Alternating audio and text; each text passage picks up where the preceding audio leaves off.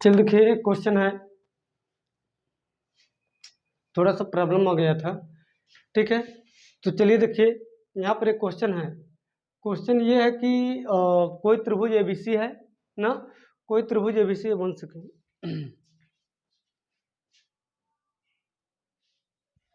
चलिए ठीक है,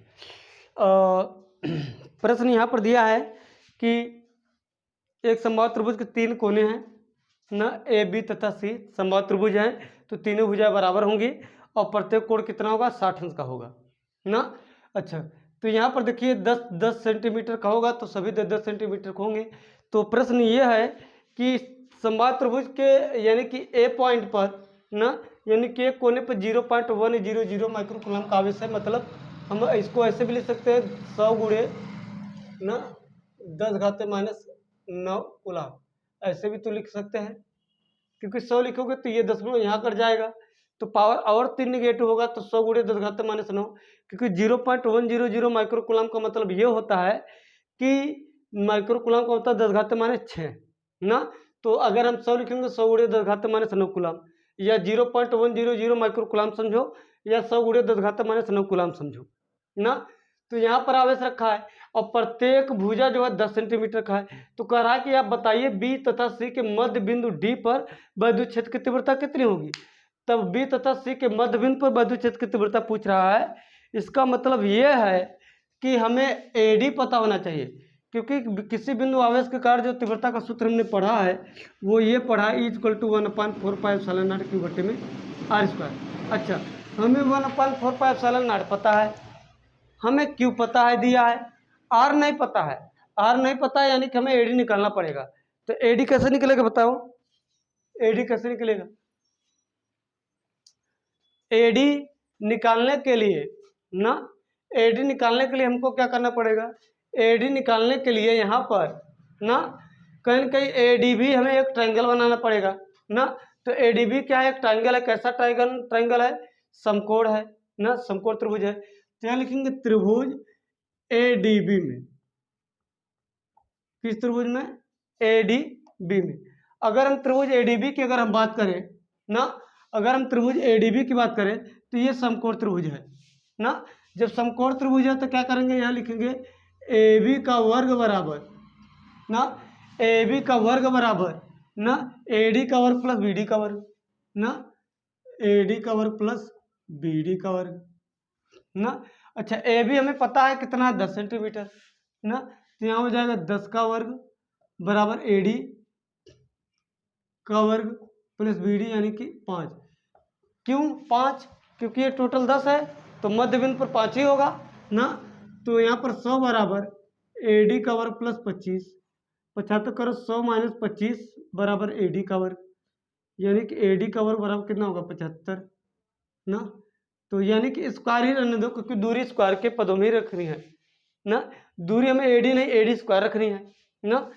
तब यहाँ पर देखिए अभी (1/4πε0 Q बटे में r²। चलिए इसका मान कितना होगा, 9 गुणे 10⁻⁹। क्यों, क्यों देखिए कितना है, 100 गुणे 10⁻⁹ लिख सकते हैं। अच्छा, दूरी ध्यान से समझिएगा, 75 है, क्या है, 75 है ना। हमारा जो दूरी है क्या, 75 है। अच्छा, अगर हम यहाँ पर देखिएगा, अगर हम यहाँ पर स्क्वायर अगर हम एडी निकालते हैं तो यहाँ हो जाएगा कौड़ी में 75 ना। और कौड़ी में 75 का मतलब ये है कि 25 गुणे 3 75, यानी 5 कौड़ी में 3, तो 5 कौड़ी में 3 भी रख सकते हैं ना। अच्छा, 5 कौड़ी में 3 क्या है बताओ। अगर हम यहाँ पर इसको एडी रखें तो एडी बराबर क्या आएगा, 5 कौड़ी में 3। अब 5 कौड़ी में 3 का मतलब ये है, समझिएगा, 5 कौड़ी में 3 का मतलब ये है कि ये सेंटीमीटर में है। अगर सेंटीमीटर में है तो इसको मीटर बदलने के लिए क्या करना पड़ेगा बताओ, 100 से भाग देना पड़ेगा। और 100 का भाग देने का मतलब ये है कि 5 का 5, 5 भी सामने 100, यानी कि कौड़ी में 3/20 आएगा। क्या आएगा, कौड़ी में 3/20। तो इसका वर्ग करोगे तो कौड़ी में 3/20 का वर्ग बराबर कौड़ी में 3/20 का वर्ग। समझ में आया, अच्छा, अब यहाँ देखिए 10 घाते माइनस 9 से 10 घाते माइनस 9 प्लस 9 कट जाएगा ना, इज इक्वल टू 9 गुड़े 100 बट्टे में इसका वर्ग करेंगे 3/20 का वर्ग यानी कि 400, ये 400 ऊपर चला जाएगा, 20 का वर्ग 400, 3 से ये कट जाएगा, 3 त्रिका 9 ना, 3 त्रिका 9, अच्छा 4 3 12 ना, 2 0 2 0 यानी 4 जीरो यानी कि 10 घाते 4 ना, अच्छा यहाँ दशमलव लगा तो 1.2 गुणे 10 घाते 5 न्यूटन प्रति कूलम दे सकते हैं।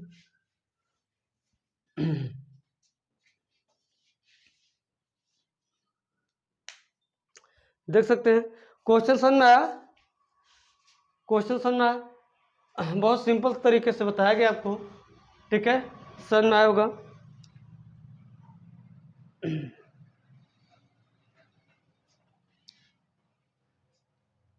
क्वेश्चन ये था कि कोई ट्रायंगल था, इस ट्रायंगल जो था इक्विलैटरल ट्रायंगल था, समबाहु त्रिभुज था, तो सभी भुजाएं 10-10 सेंटीमीटर हो जाएंगी। इस समबाहु त्रिभुज के सिर्फ ए पॉइंट पर रखा गया था 0.100 माइक्रो कूलम का आवेश ना, तो यहाँ पर डी बिंदु पर तीव्रता ज्ञात करनी थी। अब आप यहाँ समझ सकते हैं कि क्या क्या दिया है, क्या निकालना है। तो क्यू दिया था, आर निकालना था, आर नहीं क्लियर था तो आर निकालने के बाद ई निकालना था, ठीक है, तो ये सॉल्व किया गया। आप वीडियो पीछे करके देख सकते हैं।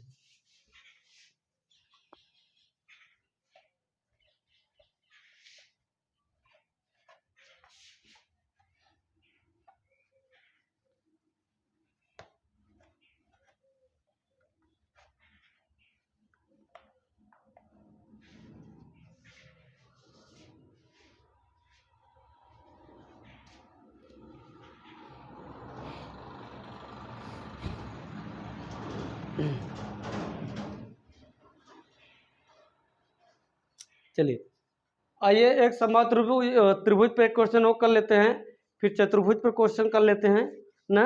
बाकी क्वेश्चन जैसा होगा वैसा हम आपको बता देंगे, अगर छोड़ने लायक रहेगा तो बता देंगे, छोड़ देंगे उसके बाद आप लगा लीजिएगा उसको।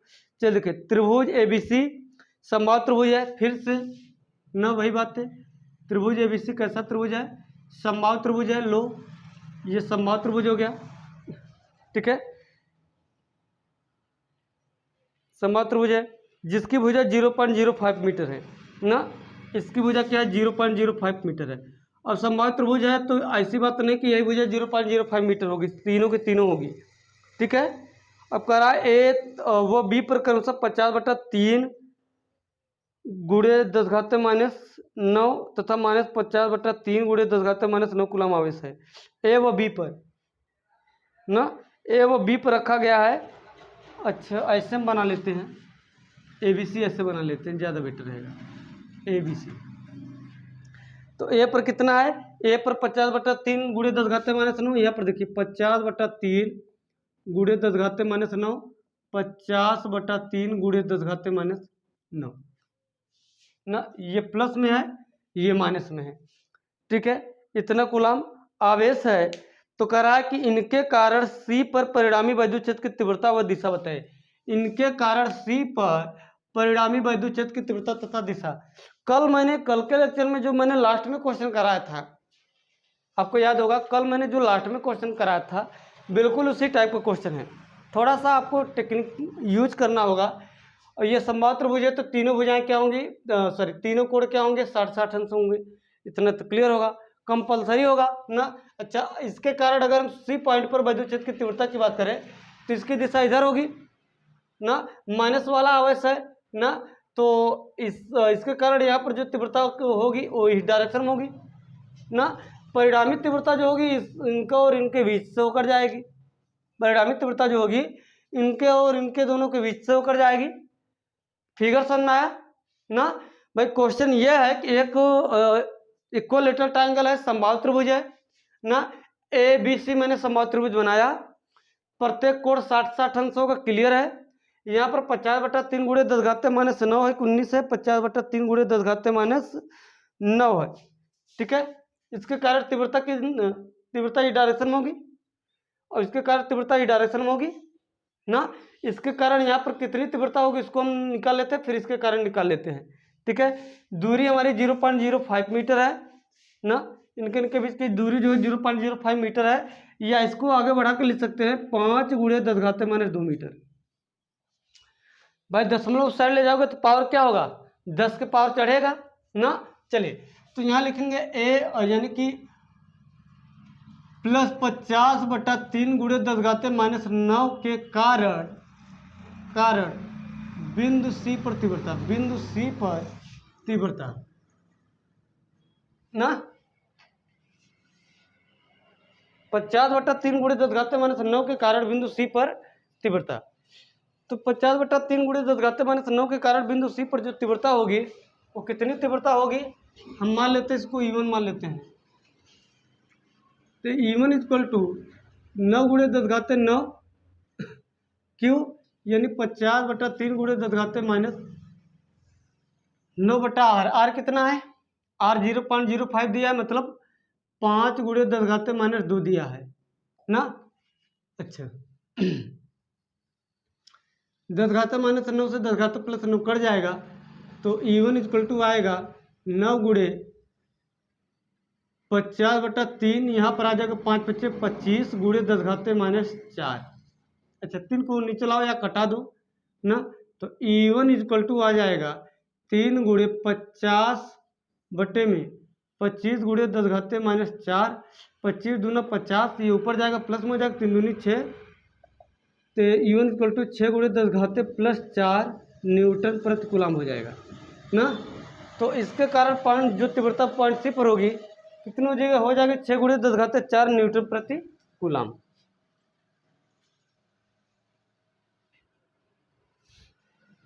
ठीक है, 6 × 10⁻⁴ न्यूटन प्रति कूलम, इतना हो गया।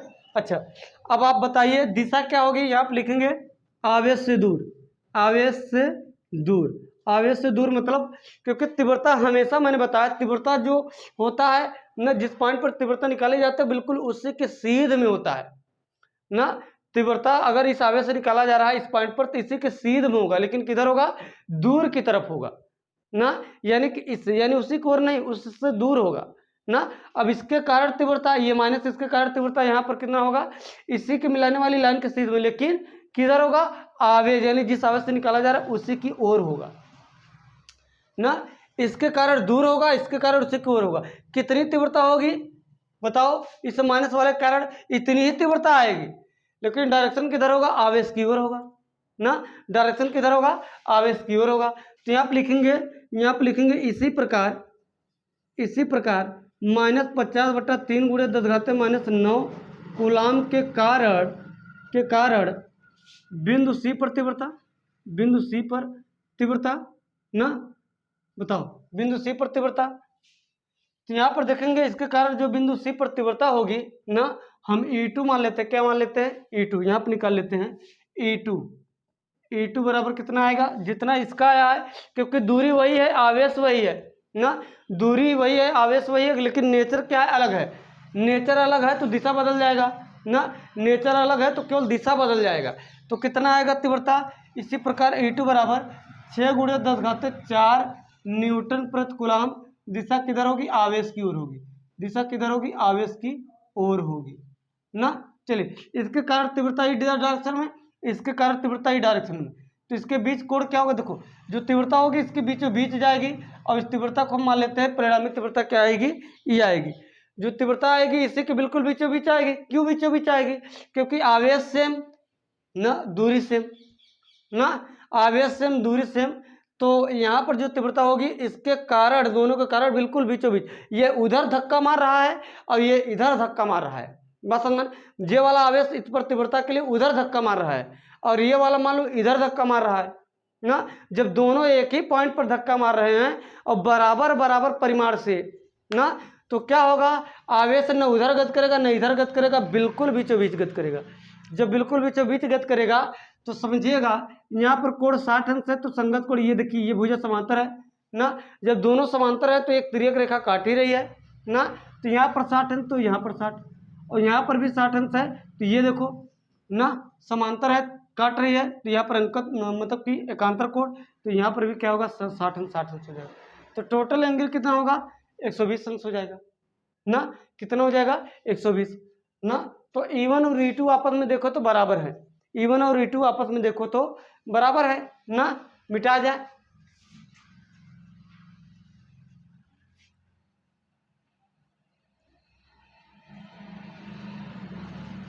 E1 और E2 परिमाण में क्या है, बराबर है, आपने देखा। चलिए अब क्या होगा, जब E1 और E2 आपस में बराबर हैं तो हम मान लेते हैं कुछ फल के लिए E1 E2 बराबर मान लेते हैं कुछ x न, सॉल्व करने में आसानी होगी। E1 और E2 क्या है, बराबर है, तो हम मान लेते हैं x। चलिए तो परिणामी तीव्रता के लिए क्या होगा, परिणामी तीव्रता ना, परिणामी तीव्रता क्या होगा बताओ, परिणामी तीव्रता यहाँ लिखेंगे E इक्वल टू क्या होगा, करड़ी में E1 का स्क्वायर प्लस E2 का square plus 2E1 into E2 न कास ना, 2E1 इंटू E2 कास कितना होगा बताओ, थीटा। ये तो सूत्र है। और E1 E2 अपन क्या है, बराबर है।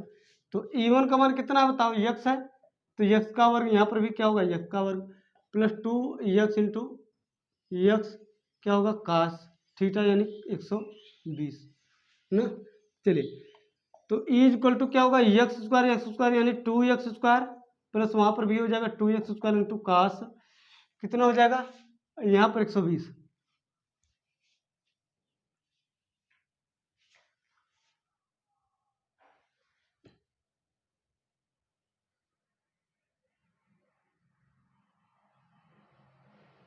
चलिए कास 120 का मान निकालते हैं।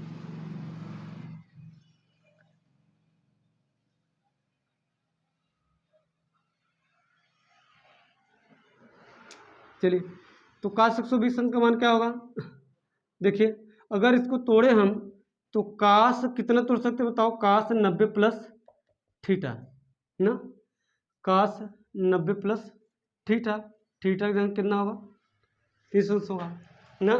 तो कास 90 प्लस थीटा बराबर कितना होता है, माइनस साइन थीटा हो जाता है, कितना हो जाता है माइनस साइन थीटा है।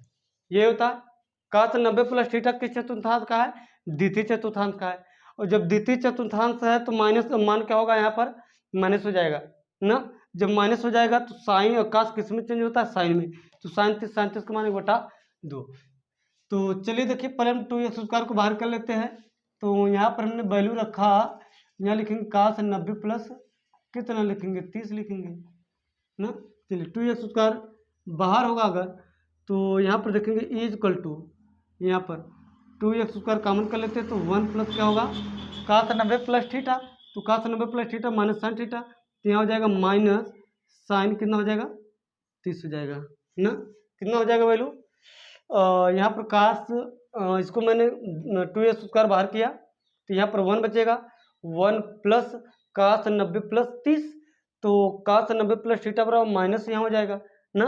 तो साइन 30 का मान कितना होता है, साइन 30 का मान होता है 1/2। चलिए तो E इक्वल टू आ जाएगा यहाँ पर कड़ी में 2x स्क्वायर ना 1 माइनस 1/2, तो 1 में से 1/2 कटेगा 1/2 आएगा, तो E इक्वल टू आ जाएगा कड़ी में 2x स्क्वायर इंटू 1/2 कट जाएगा। तो E बराबर कितना आएगा बताओ, E बराबर आ जाएगा x आ जाएगा ना। E बराबर कितना आ जाएगा, x आ जाएगा, समझिएगा E बराबर कितना आया, x आया। अच्छा E का मान x के बराबर आया तो x E1 E2 x के बराबर था, और x बराबर कितना था 6 × 10⁻4 ना, कितना था 6 × 10⁻4, तो ये मान किसके बराबर है 6 × 10⁻4 के बराबर है, तो यहाँ लिख सकते हैं ना। तो परिणामी तीव्रता E बराबर आ गया 6 × 10⁻4 न्यूटन प्रति कूलाम, न्यूटन प्रति कूलाम। तो देख सकते हैं परिणामी तीव्रता जो आई वो कितना आया 6 × 10⁻4 न्यूटन प्रति कूलाम। ई का मान x के बराबर और x E1 E2 के बराबर था, और E1 E2 कितना था 6 × 10⁻4, तो यानी परिणामी तीव्रता कितनी आई 6 × 10⁻4 न्यूटन प्रति कूलाम। अगर मैं दिशा की बात करूं तो दिशा AB के समांतर ना, दिशा AB के समांतर ना ऋणावेश की ओर, तो ऋणावेश किधर है, इधर रखा गया है। तो जो दिशा है तीव्रता की वो AB के समांतर है ना, दिशा है जो इसकी क्या है AB के समांतर दिशा में है ना, और ऋणावेश इस साइड था तो ऋणावेश की दिशा में, ठीक है।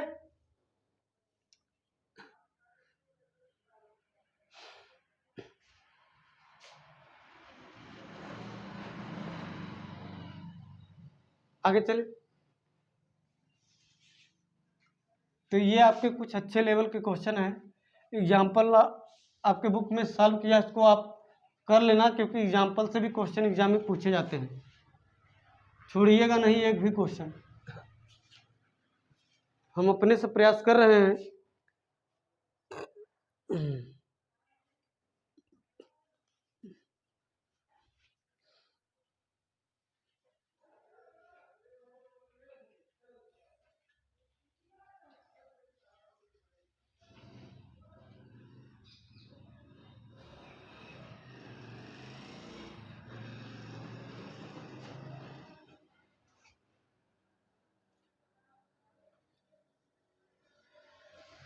चलिए आइए,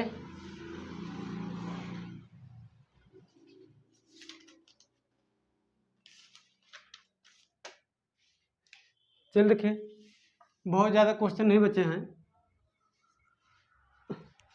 अब आगे संवाद त्रिभुज पर ही एक क्वेश्चन और है। करा संवाद त्रिभुज के प्रत्येक कोने पर 250 माइक्रोकुलाम के आवेश वाय में रखे गए हैं। देखिए आवेश जो रखा है कहाँ रखा है, वाय में रखा है। समबाहु त्रिभुज है, ध्यान देना। त्रिभुज कैसा समबाहु है, तो ABC कैसा त्रिभुज है, समबाहु त्रिभुज है ना। ABC कैसा त्रिभुज है, समबाहु त्रिभुज। करा एक समबाहु त्रिभुज के प्रत्येक कोने पर 250 माइक्रोकुलाम का आवेश रखा है। देखिए 250 माइक्रोकुलाम का आवेश है, तो 250 गुणे 10⁻6 कुलाम। समझिएगा, क्वेश्चन पहले आप समझ लीजिए, उसके बाद लगाने की कोशिश किया करो, ठीक है। क्वेश्चन पहले पढ़ा करो, एक दो बार पढ़ लिया करो। इससे क्या होगा आपको, मतलब कि एक तो क्वेश्चन को पहले समझ कर लगाने की आदत बन जाएगी ना, और दूसरा अगर क्वेश्चन आप कहीं भी कंफ्यूज हो रहे हैं तो कंफ्यूज नहीं होगे, ठीक है। इसलिए क्वेश्चन पहले पढ़ा करो। तो 250 माइक्रोकुलाम का आवेश रखा गया, कहाँ रखा गया, वाय में रखा गया है ना। अच्छा, प्रत्येक कोने पर, तो यहाँ पर भी 250 माइक्रोकुलाम का आवेश ना, और यहाँ पर भी 250 माइक्रोकुलाम का आवेश। चलो ये सब आवेश कहाँ रखे गए हैं, वाय में रखे गए हैं। चलिए अब करा कि इस त्रिभुज के परिकेंद्र पर जिसकी प्रत्येक कोने से दूरी क्या है, 18 सेमी है। प्रत्येक कोने से दूरी कितना है, 18 सेमी है। चलिए परिणामी वैद्युत विभव क्या होगा, और इस बिंदु पर परिणामी वैद्युत क्षेत्र की तीव्रता क्या होगी। देखिए अभी आपने विभव नहीं पढ़ा है, ठीक है। अभी आप विभव नहीं पढ़े हैं, इसलिए विभव को हम छोड़ के चलेंगे, और फिर जब विभव चैप्टर स्टार्ट होगा तो वहाँ पर हम विभव निकाल कर इसी क्वेश्चन का दिखाएंगे, ठीक है। अभी आपने केवल तीव्रता पढ़ा, तो इस बिंदु पर परिणामी क्षेत्र की तीव्रता क्या होगी। चलिए परिणामी वैद्युत क्षेत्र की तीव्रता क्या होगी, इसको भी हम देखते हैं ना। अब आए सबसे बड़ी बात क्या है, यहाँ पर परिकेंद्र हमको समझना है। परिकेंद्र कहते किसे हैं, ठीक है। परिकेंद्र कहते किसे, परिकेंद्र निकाला कैसे जाता है ना, इसको हम देखेंगे। उसके बाद क्या करेंगे, क्वेश्चन को सॉल्व करेंगे। चलिए तो परिकेंद्र का मतलब क्या होता है, जैसे मान लो कोई इक्विलेटरल ट्रायंगल ही है, या कोई भी ट्रायंगल ले लीजिए ना, कोई भी ट्रायंगल ले लीजिए। देखिए ये ABC क्या है, एक त्रिभुज है ना। हम यहाँ पर परिकेंद्र और परिकेंद्र निकालेंगे, अंतःकेंद्र दोनों। चलिए परिकेंद्र कैसे निकाला जाता है, परिकेंद्र का मतलब ये होता है कि जैसे मान लो हम अगर परिवृत्त बनाना है, तो परिकेंद्र से ये और ये ना, ये देखिए यहाँ पर जो होगा ये परिकेंद्र होगा, और यहाँ से देखेंगे सभी दूरियाँ क्या होंगी, सभी दूरियाँ मतलब इसके सेंटर से यहाँ पर ना, सभी डिस्टेंस को हम मापेंगे, और मापने के बाद अगर सभी डिस्टेंस बराबर यहाँ इसके सेंटर से आता है, तो हम बाहर एक वृत्त खींच लेंगे जो कि परिवृत्त कहलाएगा ना, जो कि परिवृत्त कहलाएगा। अंतःकेंद्र का मतलब क्या होता है, यहाँ से हम इसके सेंटर से एक लाइन, मतलब कि ये दूरी मापेंगे, और मापेंगे तो जब सेम आएगा तो यहाँ से हम खींच देंगे, तो ये क्या आ जाएगा, अंतःकेंद्र के कारण अंतःवृत्त आ जाएगा। अच्छा ये आता कैसे है, इसको हम समझते हैं। चलिए जैसे मान लो हमें परिकेंद्र खींचना, परिकेंद्र बनाना है, तो परिकेंद्र जैसे मान लो समबाहु त्रिभुज के कारण हमें परिकेंद्र बनाना है ना। चलिए तो करते क्या है, इस वाले कोण को, इस वाले कोण को, इस वाले कोण को हम क्या करते हैं, चाप लेते हैं ना। हम गोलक प्रकार से क्या करते हैं, चाप लेते हैं। तो यहाँ से जब चाप ले लेंगे, कुछ भी चाप अपने मर्जी से ले लो, लेने के बाद अब वही चाप तीनों के लिए रहेगा, ध्यान देना, वही चाप तीनों के लिए रहेगा। यहाँ पर रखेंगे, रखने के बाद यहाँ पर हम कट करेंगे। यहाँ पर जब कट करेगा ना, तो यहाँ से और यहाँ से उसी चाप से यहाँ से यहाँ से, तो यहाँ से हम क्या करेंगे, यहाँ कट करेंगे, यहाँ से यहाँ कट करेंगे। कट करने के बाद इसको इधर खींच देंगे ना, बिल्कुल एग्जैक्टली इसके बीचों बीच से खींचेंगे ना। वही प्रक्रिया यहाँ भी करेंगे। उसी चाप से जो गोले से जो चाप लिए रहोगे वही चाप लास्ट तक रखना ना। यहाँ से हम कट करेंगे, तो कट करने के बाद यहाँ से हम यहाँ चाप कट करेंगे, यहाँ से यहाँ चाप कट करेंगे, तो इधर खींचेंगे। वही प्रोसेस इसके लिए भी करेंगे ना। चाप लगाएंगे, फिर यहाँ कट करेंगे, यहाँ कट करेगा, ऐसे खींचेंगे। तो यहाँ पर जो भी मतलब कि सेंटर मिलेगा वो इस त्रिभुज का क्या कहलाएगा, परिकेंद्र कहलाएगा। क्या कहलाएगा, परिकेंद्र कहलाएगा। यहाँ से ये दूरी, यहाँ से ये दूरी, यहाँ से ये दूरी, बात समझ में। तो जो दूरियां होगी ना, यहाँ से क्या होगी, सेम आएगी। और जब दूरियां सेम आएगी तो यहाँ पर क्या बन जाएगा आपका,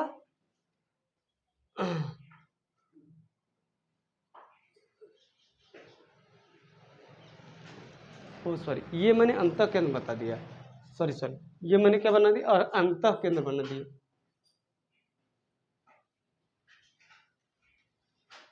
नहीं सही है, सही क्या है, ये क्या कहलाएगा, परिकेंद्र कहलाएगा। ठीक है, क्या कहलाएगा, परिकेंद्र। यहाँ से ये वाली लाइन और यहाँ से ये वाली लाइन और यहाँ से ये वाली लाइन, ये तीनों लाइन क्या होगी बताओ, ये तीनों लाइन क्या होगी, सेम होगी, मतलब दूरी में क्या होगी, बराबर होगी।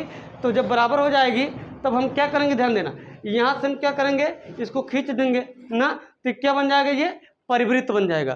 क्या बन जाएगा, परिवृत्त बन जाएगा। ठीक है, अब आइए हम यहाँ से अंतः केंद्र की बात करते हैं ना। अब देखिए हम क्या करेंगे, यहाँ से समझिएगा, ये हमारा त्रिभुज एबीसी क्या है, समबाहु त्रिभुज है ना। और यहाँ से क्या करेंगे, हम लंबार्धक करेंगे। क्या करेंगे, लंबार्धक। लंबार्धक का मतलब ये होता है इसकी लंबाई जितनी है उससे आधे ज़्यादा लंबाई लेनी है। तो आधे ज़्यादा लंबाई लेकर यहाँ कट करेंगे ना, फिर यहाँ कहीं कट करेगा ना, फिर यहाँ से यहाँ कट करेगा, यहाँ कट करेगा, इसको हम ऐसे मिला देंगे, मतलब इसके सेंटर से इसके सेंटर मिला देंगे। ठीक है, फिर क्या करेंगे समझिएगा, फिर हम यहाँ से देखिएगा ना, फिर आधे ज़्यादा चाप लेंगे, यहाँ पर आधे ज़्यादा चाप लेंगे, यहाँ पर भी आधा ज़्यादा ही लेना है। ठीक है, जब आधा ज़्यादा लेंगे तो ऊपर काट करेगा और नीचे कट करेगा, फिर यहाँ से ऊपर नीचे, तो इसको मिला देंगे। तो इसका लंबार्धक हुआ, इसका लंबार्धक हुआ। अब आधा ज़्यादा यहाँ लेंगे तो यहाँ कहीं कट करेगा, फिर यहाँ कट करेगा, यहाँ से यहाँ कट करेगा, यहाँ से, तो वैसे मिला देंगे। तो ये वाली जो लाइन होगी, ध्यान देना, ये वाली जो लाइन होगी ना, ये वाली लाइन, तो ध्यान देना, तो ये वाली दूरी और यहाँ से ये वाली दूरी और यहाँ से वाली दूरी, ये तीनों दूरियाँ क्या होंगी, सेम आएंगी। और जब दूरियाँ सेम आए और सेम अगर नहीं आ रही हैं तो गड़बड़ है, बात समझ में। तो दूरी आपकी क्या नहीं चाहिए, समबाहु त्रिभुज की हम बात कर रहे हैं। ठीक है, अलग अलग त्रिभुजों के लिए चीज़ें बदल जाती हैं। ठीक है, तो समबाहु त्रिभुज की बात कर रहे हैं। ठीक है, अच्छा, तो एग्जैक्टली जब इसके बीच से काटेगा ना, एग्जैक्टली जब इससे बीच से काटेगा तो ये वाली दूरियाँ, ये वाली दूरियाँ, ये वाली दूरियाँ क्या करेंगे, मिला लेंगे। जब सेम आएगा तो क्या करेंगे, यहाँ से इस सेंटर से यहाँ से जो आप मतलब कि सर्किल खींचोगे, ये सर्किल अंतःवृत्त बन जाएगा। तो जब सर्किल जिस केंद्र के कारण जो सर्किल अंदर बना तो ये अंतःवृत्त कहलाया, तो उसके केंद्र को क्या कहेंगे, अंतः केंद्र कहेंगे ना। क्या कहेंगे, अंतः केंद्र कहेंगे। उसी प्रकार जब हम सर्किल बाहर खींचते हैं ना, यानी बाहर में जब हम सर्किल जिस सेंटर से खींचते हैं ना, तो वह सर्किल क्या कहलाता है, परिवृत्त कहलाता है। तो उसके सेंटर को क्या कहते हैं, उसके सेंटर को क्या कहते हैं, परिकेंद्र कहते हैं ना। जब सर्किल बाहर बनता है तो उसको हम परिवृत्त कहते हैं, तो उसके सेंटर को हम परिकेंद्र कहते हैं। उसी प्रकार जब सर्किल अंदर बनता है जिस सेंटर के कारण, तो उस सेंटर को हम क्या कहते हैं, अंतःकेंद्र कहते हैं। और उस सर्किल को क्या कहते हैं, अंतःवृत्त कहते हैं। क्या कहते हैं, अंतःवृत्त कहते हैं। बात समझ में आई ना, चीज़ें क्लियर होंगी नहीं, वीडियो आप बैक करके आप इसको पूरी तरह समझ सकते हैं। ये हमारा परिकेंद्र है और ये हमारा क्या है, अंतः केंद्र है। चीज़ें क्लियर हुई, आगे हम आइए अब इस क्वेश्चन को सॉल्व करते हैं। ठीक है, अब आपको समझ में आ गया होगा दूरी हमें कौन सी लेनी है ना, अब आपको समझ में आ गया होगा दूरी हमें कौन सी लेनी है।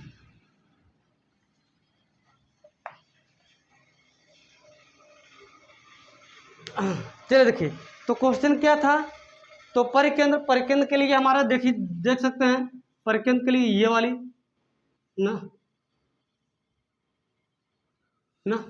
यही होगा। तो ये हमारा सेंटर जो होगा क्या होगा, परिकेंद्र कहलाएगा ना। चलिए, तो जिसकी प्रत्येक कोने से दूरी कितनी है 18 सेमी है। यहाँ पर कह रहा है कि जिसकी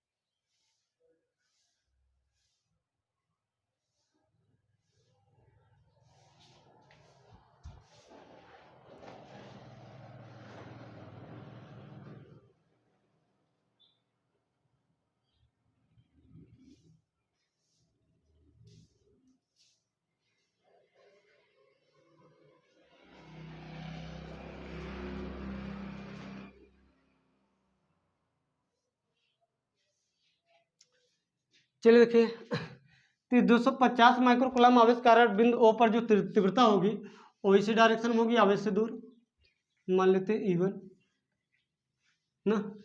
चलिए अब इस आवेश के कारण जो वैद्युत क्षेत्र की तीव्रता होगी धनावेश है ना, तो इससे भी दूर होगी, यानी जिस डायरेक्शन में ना। अच्छा, अब इस आवेश के कारण जो वैद्युत क्षेत्र की तीव्रता होगी वो इस डायरेक्शन में होगी, कुछ इस प्रकार E3 E1 इसको E2 मान लेते हैं, इसको E3 मान लेते हैं।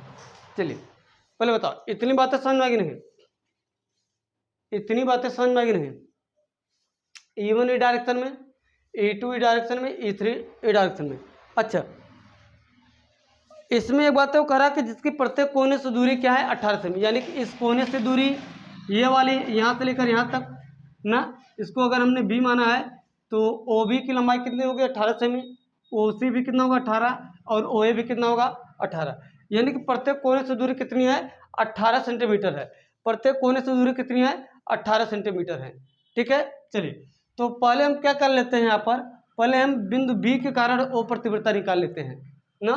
तो यहाँ लिखेंगे बिंदु B के कारण O पर तीव्रता ना, तो बिंदु B के कारण O पर तीव्रता क्या होगी OB होगी ना, यानी कि BO डायरेक्शन में होगी इस प्रकार ना। तो यहाँ पर लिखेंगे E1 इक्वल टू 9 गुणे 10 घाते 9, आवेश कितना है 250 माइक्रोकुलम, तो 250 गुणे 10 घाते माइनस 6, दूरी कितनी है 18 सेमी है, तो 18/100 कर देते हैं, यानी कि 18 गुणे 10 घाते माइनस 2 का वर्ग ना, यही करेंगे ना। तो 18 गुणे 10 घाते माइनस 2 का वर्ग कर देते हैं, तो E1 बराबर कितना आ जाएगा बताओ। यहाँ पर इसको सॉल्व करते हैं तो 9 गुणे 250 ना, 9 गुणे 250 गुणे 10 घाते कितना हो जाएगा 3 बटे में हो जाएगा 18 का वर्ग कितना होगा 18 3 364 ना,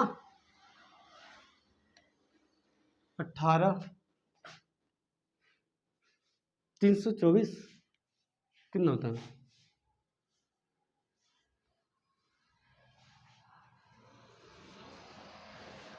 324 में 18 दाम 180, 18 144, हाँ 324। ठीक है, 324 गुणे 10 घाते कितना हो जाएगा -4। चलिए इसको ऊपर ले जाइए तो कितना हो जाएगा, यहाँ से देखिए 9 3 27, 9 3 27, 5 बचा 9 छक 5 बचा 9 छक 54 36 ना। चलिए ऊपर जाएगा तो यह आ जाएगा E1 इक्वल टू 250 गुणे 10 घाते 4, ऊपर जाएगा 3 10 घाते 7, बटे में कितना हो जाएगा 36, 5 2 7, तो ये नहीं कटेगा ना, ये नहीं अभी तो कटेगा। चलिए अगर 4 से कटाते हैं 4 9 36, 9 बार जाएगा, और इसको 4 से कटाते हैं 4 6 24, पहले 2 से कटाते हैं तो यहाँ आ जाएगा 18, यहाँ हो जाएगा 125 ना। चलिए तो E1 इक्वल टू आ जाएगा 125 बटे में 18 गुणे 10 घाते 7 न्यूटन प्रति कूलम। तो चलिए E1 का मान 125 बटा 18 10 घाते 7 न्यूटन प्रति कूलम होगा। इसके कारण भी वही आएगा, और पहले इन दोनों कारण निकाल लेते हैं, फिर परिणामी निकाल लेते हैं, फिर देखते हैं। ठीक है, चलिए तो 125/18 गुणे 10⁻7 आया ना, न्यूटन प्रति कूलम आया ना। तो यहाँ लिखेंगे बिंदु, इसी प्रकार बिंदु किसके कारण, इसी प्रकार बिंदु सी के कारण तीव्रता, इसी प्रकार बिंदु सी के कारण तीव्रता ना, तो कितना आएगा, उतना ही आएगा ना। अच्छा, ये भी आवेश से दूर दिशा की अगर हम बात करें तो आवेश से दूर होगा ना। तो यहाँ पर देखेंगे तो E2 बराबर भी उतना ही आएगा इसी प्रकार। तो E2 बराबर कितना आएगा बताओ, यहाँ पर 125/18 गुणे 10⁻7 न्यूटन प्रति कूलम। ये भी क्या होगा, दिशा की बात करें तो आवेश से दूर ही होगा ना, दिशा की बात करें तो आवेश से दूर ही होगा। अच्छा, ये इस डायरेक्शन में, ये इस डायरेक्शन में, तो परिणामी तीव्रता क्या होगा, परिणामी तीव्रता क्या होगा देखते हैं, ठीक है।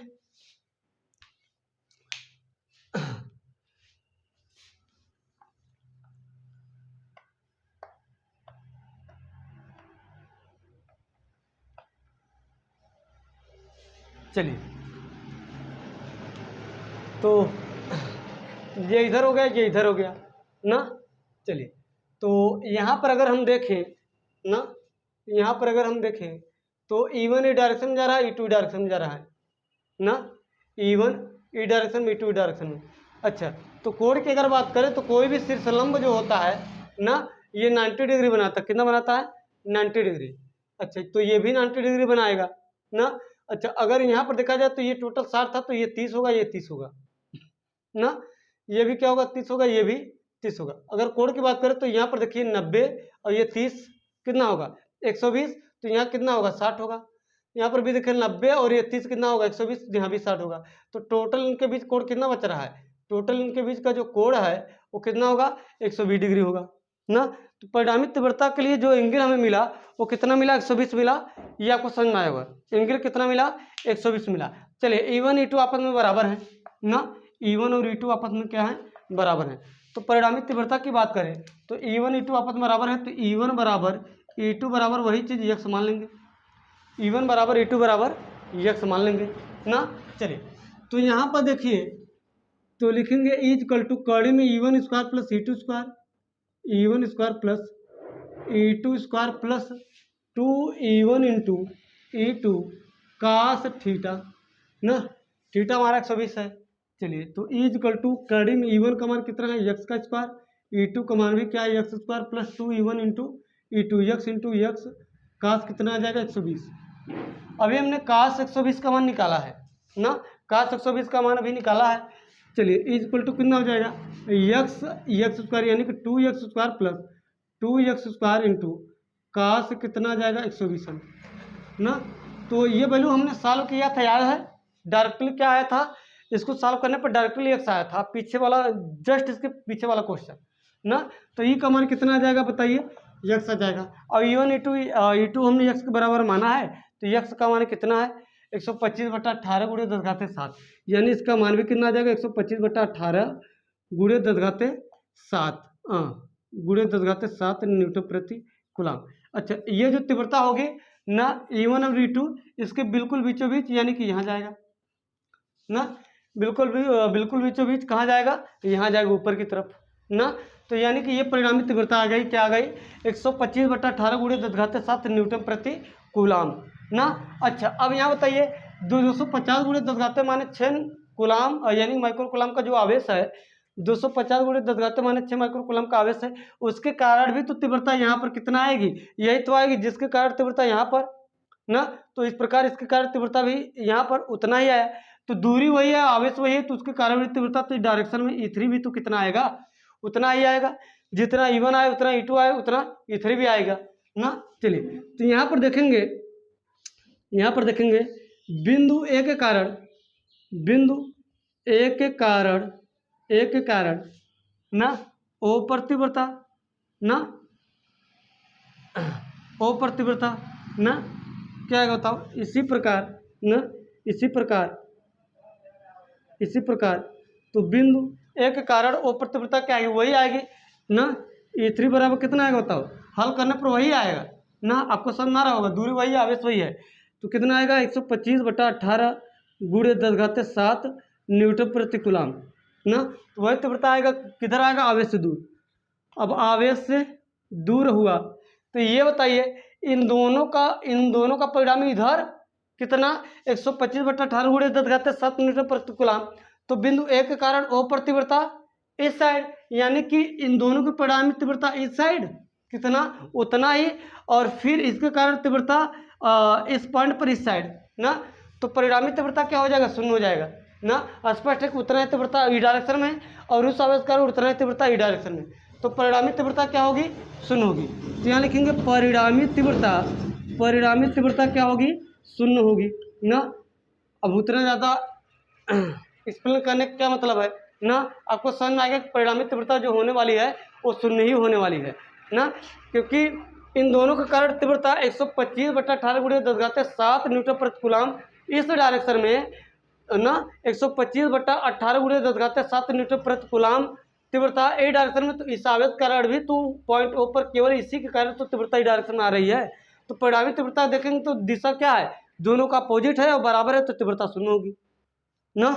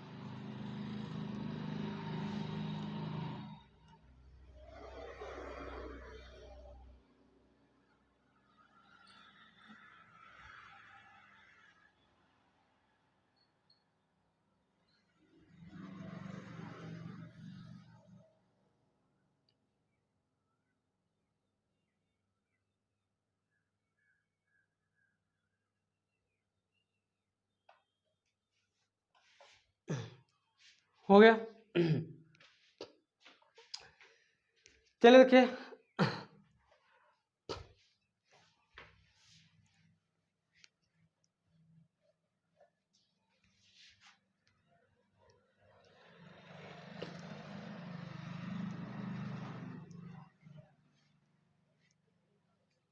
आइए देखते हैं।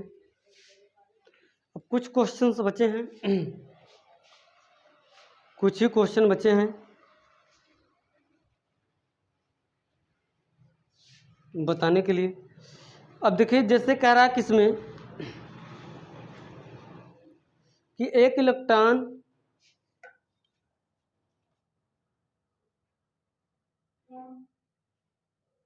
नहीं, इसके पहले कह रहा कि 2 माइक्रोकूलम के दो बराबर तथा विपरीत आवेशों के बीच की दूरी कितनी है, 2 सेमी। देखिए दो ना, एक आवेश मान लो क्यू है, दूसरा आवेश क्या है, माइनस क्यू है, क्योंकि प्रश्न यही कह रहा है कि 2 माइक्रोकूलम के दो आवेश तथा विपरीत आवेशों के बीच की दूरी कितनी है, सेम 3 सेंटीमीटर की दूरी है। तो यह मतलब 3 × 10⁻² मीटर ना, प्लस 2 माइक्रोकूलम का आवेश यहाँ है, माने 2 माइक्रोकूलम का आवेश यहाँ है।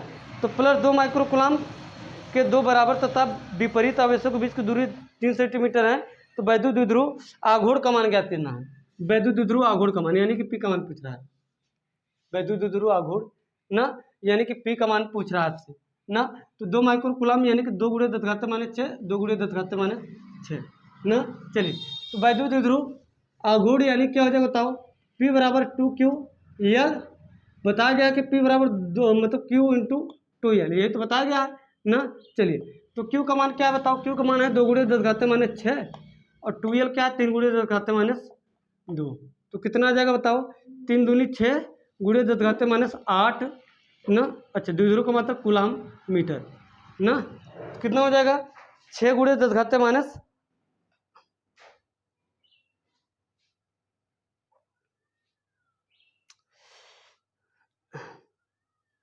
चलिए ये हो गया, सिर्फ द्विध्रुव आघूर्ण पूछा था। तो द्विध्रुव आघूर्ण के विषय में मैंने बताया था कि दो बराबर तथा विपरीत प्रकृति के बिंदु आवेश, दो बराबर मतलब परिमाण में क्यों दोनों है, और विपरीत का मतलब एक प्लस रहेगा एक माइनस रहेगा।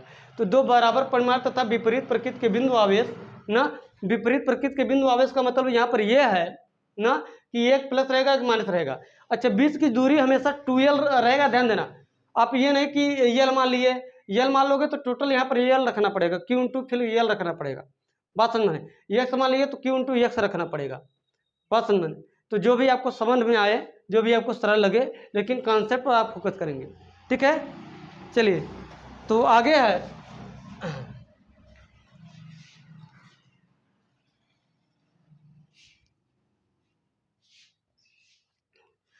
अगला है कि हाइड्रोजन क्लोराइड अणु का वैद्युत द्विध्रुव आघूर्ण ना, हाइड्रोजन क्लोराइड अणु का वैद्युत द्विध्रुव आघूर्ण 3.4 × 10⁻³ कूलम मीटर है।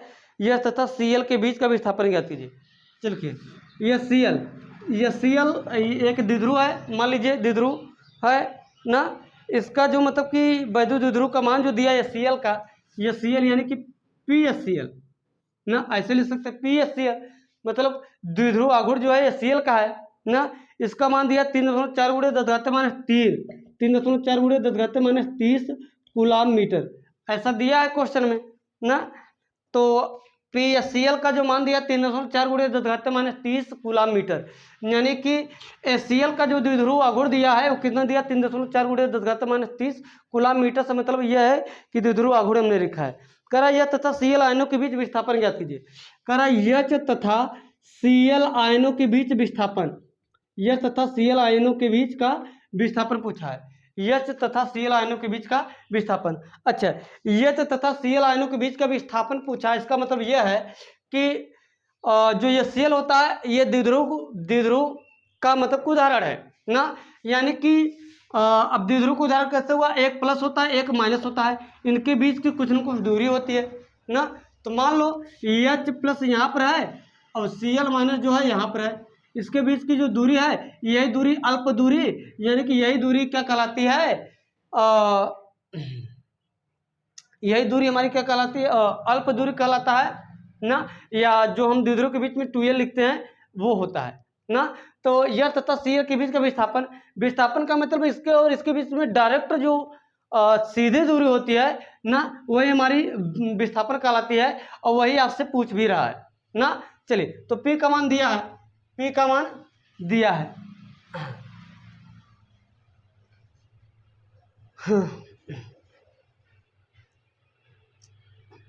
चलिए, और हाँ यहाँ पर देखिए प्रश्न में संकेत दिया है कि प्रत्येक आयन पर जो आवेश होगा 1.6 × 10⁻⁹, यानी प्रत्येक मतलब कि आयन पर जो आवेश होगा उसका मान दिया है 1.6 × 10⁻⁹ ना। ये प्रश्न में ये आवेश का मान दिया है, तो यहाँ पे लिखेंगे P बराबर क्या लिखेंगे, Q × 2l, ये द्विध्रुव होता है, और इसका मान दिया 3.4 × 10⁻³ कितना 30 बराबर Q का मान 1.6 × 10⁻⁹ ना, दूरी क्या है हमारी 2l है।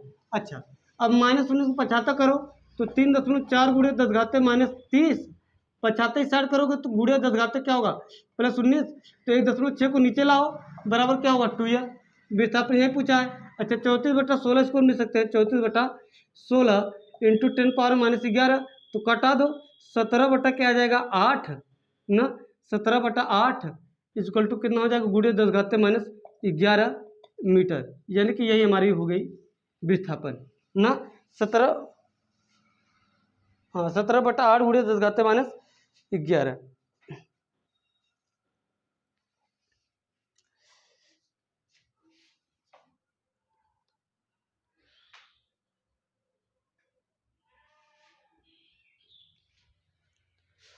चलिए बस करिए, तब कुछ क्वेश्चन रह गए हैं, कल इसको क्लियर हो जाएगा। ठीक है, कल ये कन्फर्म खत्म हो जाएगा।